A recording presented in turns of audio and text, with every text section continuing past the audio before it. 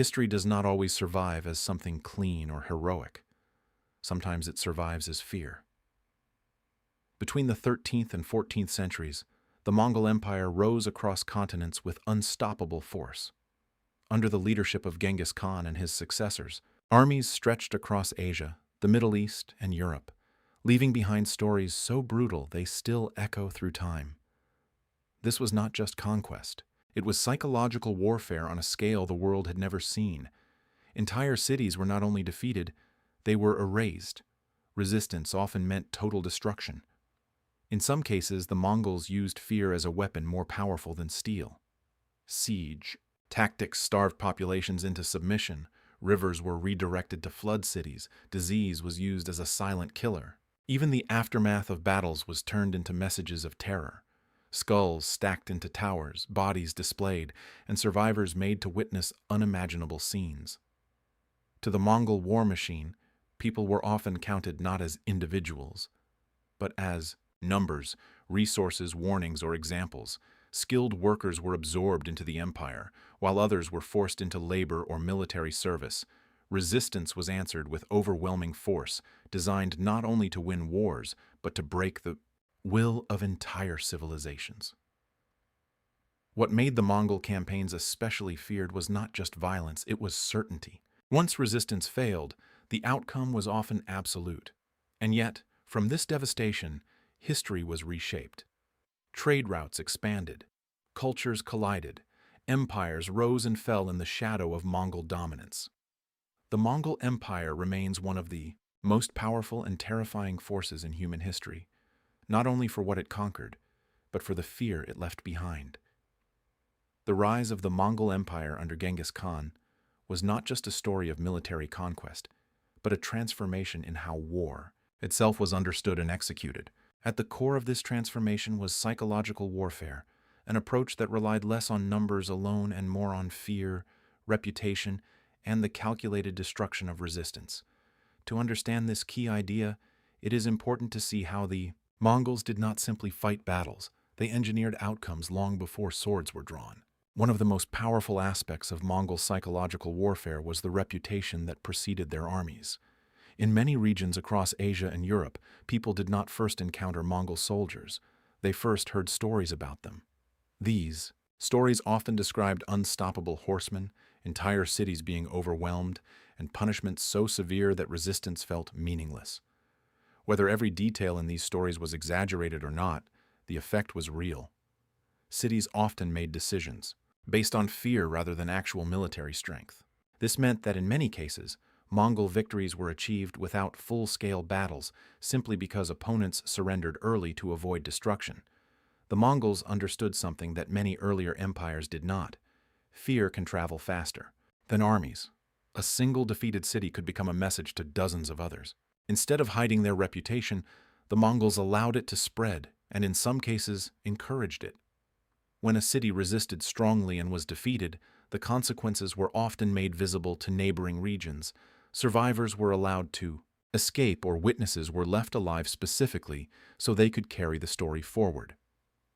This created a chain reaction where fear expanded the empire more efficiently than prolonged warfare ever could.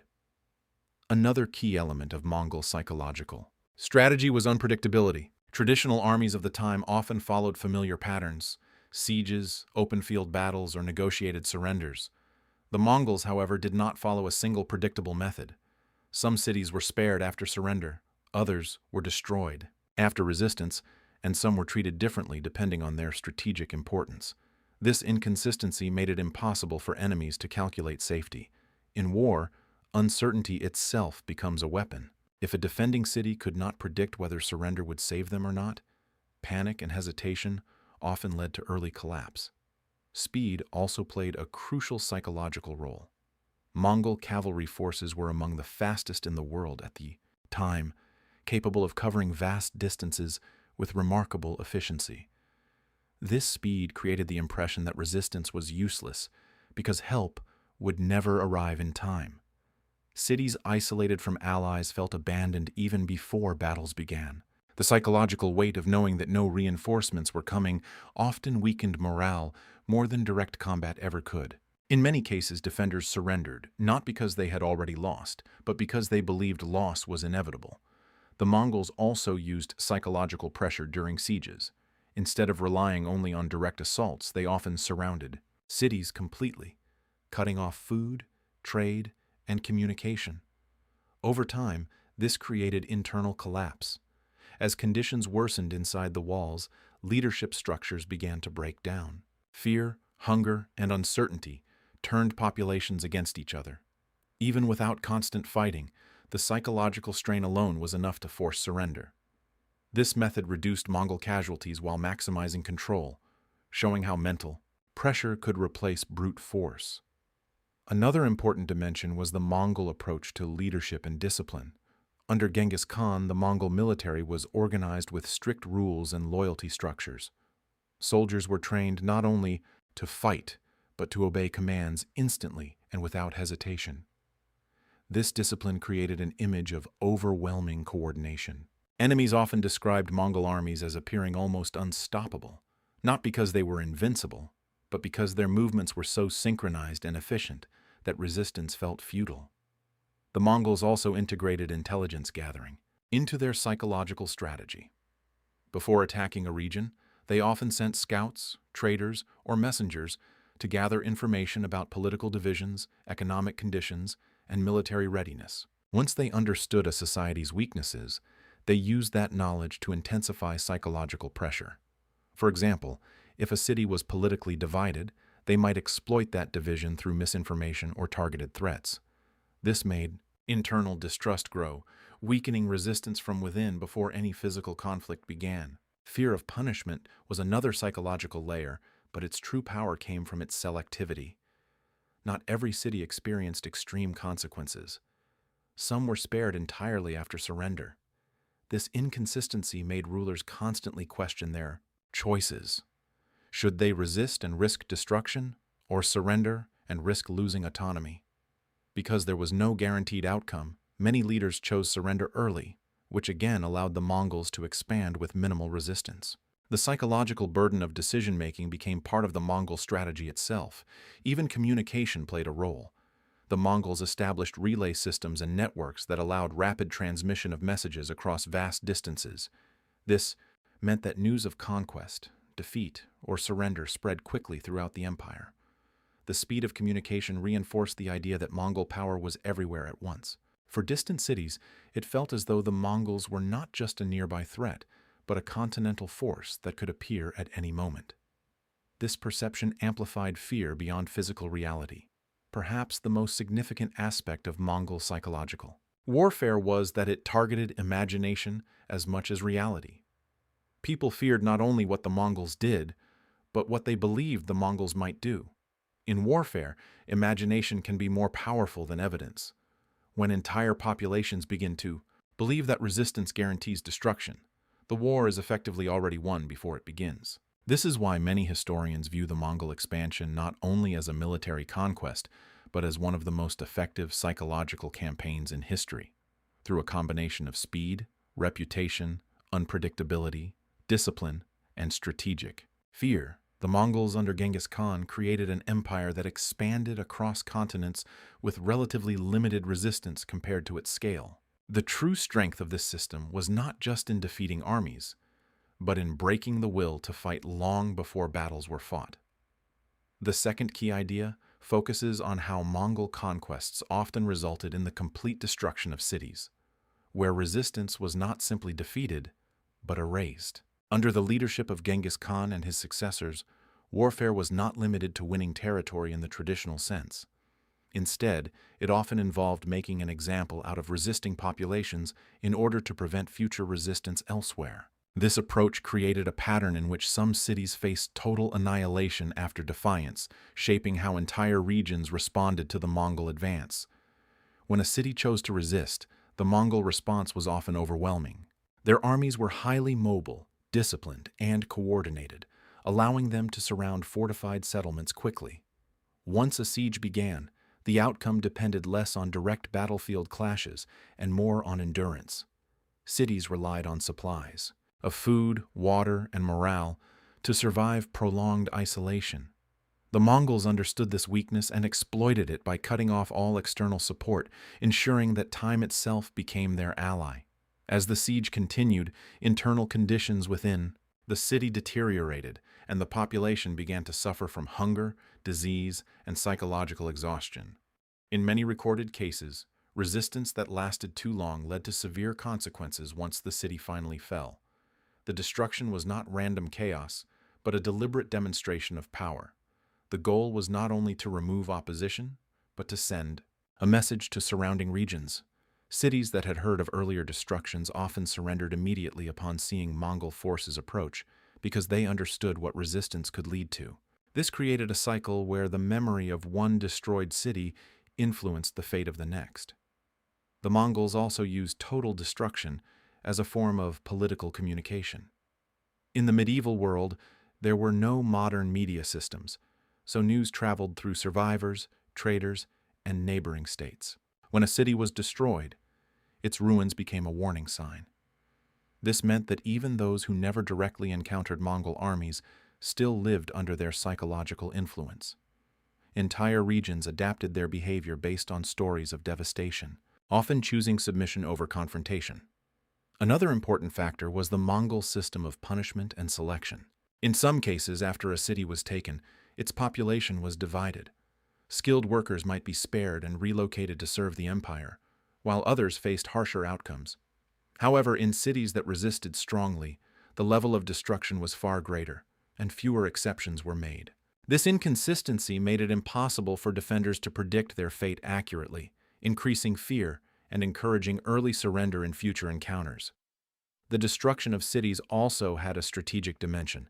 By eliminating fortified centers of resistance, the Mongols prevented future uprisings in those regions.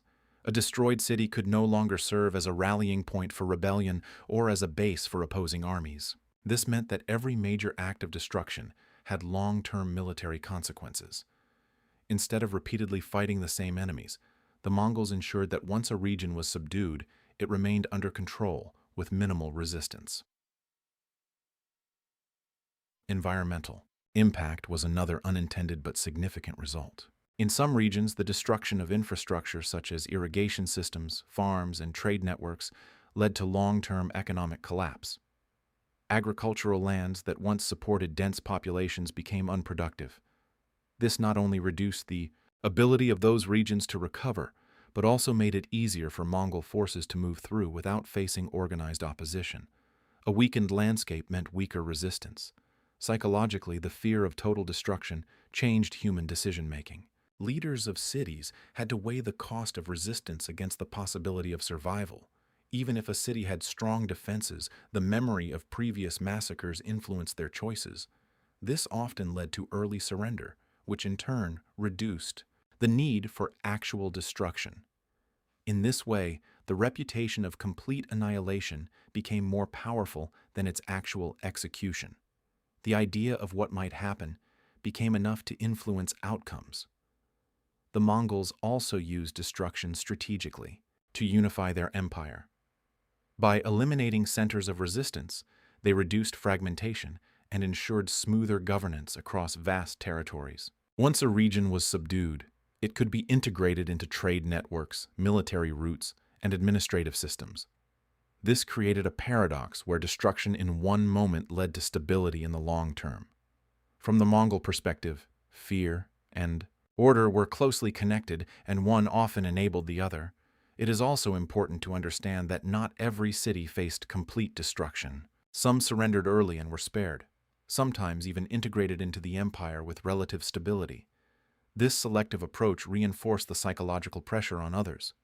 The uncertainty of outcome meant that resistance always carried the risk of total loss, while surrender sometimes offered survival.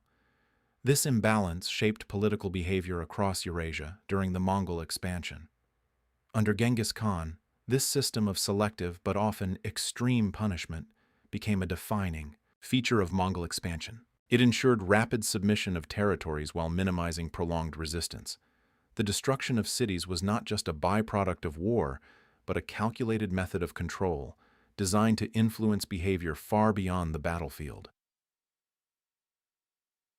The third Key idea is about how fear-based tactics were systematically used by Mongol forces to force surrender without always relying on prolonged open combat.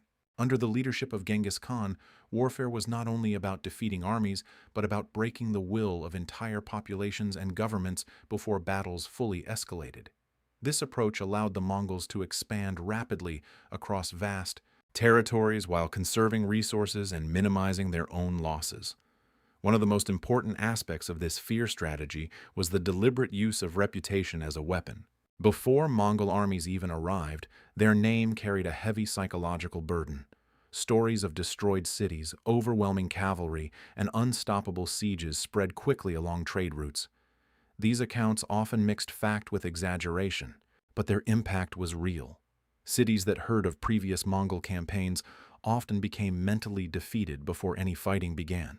This meant that the psychological condition of the enemy was already weakened when the Mongols arrived, making actual combat easier or sometimes unnecessary. Another major fear-based tactic was the use of sieges designed to create unbearable living conditions. Instead of immediately storming fortified cities, Mongol forces often surrounded them completely. This isolation cut off food supplies, trade, and communication. Over time, this created internal collapse. Hunger weakened the population, disease spread rapidly in crowded conditions, and political leaders inside the city began to lose control. The psychological pressure of waiting for relief that never came often caused panic and desperation. In many cases, cities surrendered, not because their walls were breached, but because morale completely broke down. The Mongols also understood the importance of unpredictability in spreading fear. Not every city was treated the same way. Some that surrendered quickly were spared or integrated, while others that resisted strongly faced extreme consequences.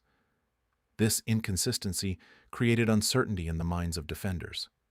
Leaders could not accurately predict whether surrender would guarantee safety or whether resistance would lead to survival. This uncertainty itself became a weapon because it forced decision-makers to act under psychological pressure without clear outcomes. In war, uncertainty often leads to hesitation, and hesitation can lead to collapse. Speed of movement was another critical element. Mongol cavalry forces were known for their rapid mobility across vast landscapes. This speed created a perception that escape or external assistance was impossible. Cities often felt isolated, knowing that even if they sent messengers for help, reinforcements would not arrive in time. This sense of abandonment increased fear and reduced the willingness to resist. The idea that the Mongols could appear suddenly anywhere added to the mental pressure experienced by entire regions. In addition to physical tactics, psychological intimidation was often reinforced through visible displays after victories.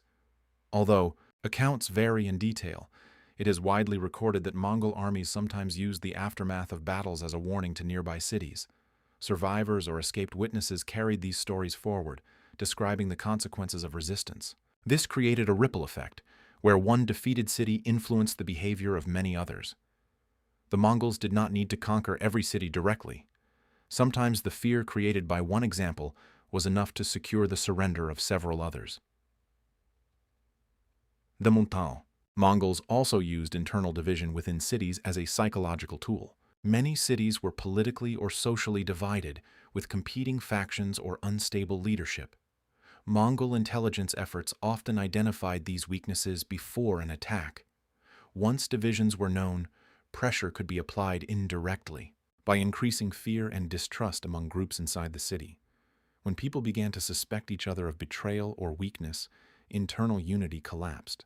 A divided city was far easier to conquer than a united one, and this internal breakdown often occurred before any external breach. Another layer of fear-based warfare involved controlling the expectations of survival. Because Mongol behavior was inconsistent, defenders could not rely on a predictable pattern. Some cities that resisted survived, others were destroyed, and some that surrendered still faced harsh consequences depending on circumstances. This lack of certainty meant that no strategy felt safe. In such conditions, fear becomes amplified because human beings naturally seek predictable outcomes. When predictability disappears, panic and irrational decisions become more common. Psychological pressure was also intensified through total warfare tactics. Once a siege began, Mongol forces often maintained constant pressure on all sides of a city. Even if they were not actively attacking at every moment, their presence alone was enough to create stress. The defenders could see that escape routes were blocked, that supplies were diminishing, and that time was working against them. This slow tightening of pressure created a mental environment where surrender gradually appeared as the only rational option. Leadership under Genghis Khan also emphasized discipline and coordination, which contributed to the fear factor. Mongol armies appeared highly organized and unified, giving the impression of an unstoppable force. When opposing cities saw such coordination, it reinforced the belief that resistance was futile. Even I,